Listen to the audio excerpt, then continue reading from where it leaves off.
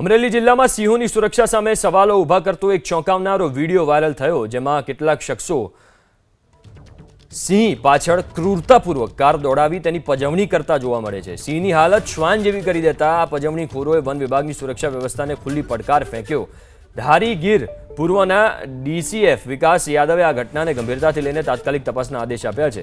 પ્રાથમિક અનુમાન મુજબ આ વિડીયો રેવન્યુ વિસ્તારનો હોવાનું મનાય છે। વન વિભાગે અલગ અલગ ટીમો બનાવી પજવણીખોરોને ઝડપી પાડવા ચક્રો ગતિમાન કર્યા છે।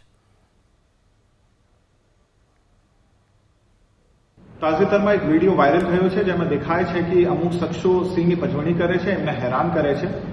આ વસ્તુને ધ્યાનમાં રાખીને એક ટીમની રચના કરવામાં આવી છે। આમાં મુખ્ય તપાસનીય અધિકારી તરીકે એસીએફ ઉના છે। અમે હારે આપણા જો ગીર પૂર્વ વન વિભાગના મોબાઈલ સ્ક્વોડના આરએફઓ છે, ટીમના હિસ્સા છે। એમના હારે આપણા ગીર પશ્ચિમ વન વિભાગના મોબાઈલ સ્ક્વોડના આરએફઓ અને ટાસ્ક ફોર્સ જૂનાગઢના આરએફઓ એમના પાર્ટ છે।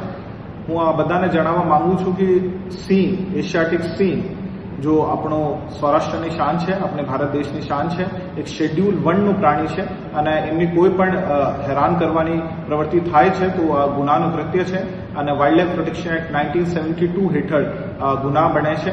કોઈ પણ શખ્સ એવું કરે છે અને સિંહને હેરાન કરે છે, એમને સામે કડકથી કડક પગલાં લેવામાં આવશે। આ પ્રકરણમાં પણ ટીમની ગઠન કરવામાં આવે છે અને ટીમ એક ડિટેલ તપાસ આ બાબત કરશે અને પછી છેલ્લી રિપોર્ટ અહીંયા રજૂ કરવામાં આવશે અને જો પણ શખ્સ આમાં સામેલ છે એમને સામે કડકથી કડક પગલાં લેવામાં આવશે।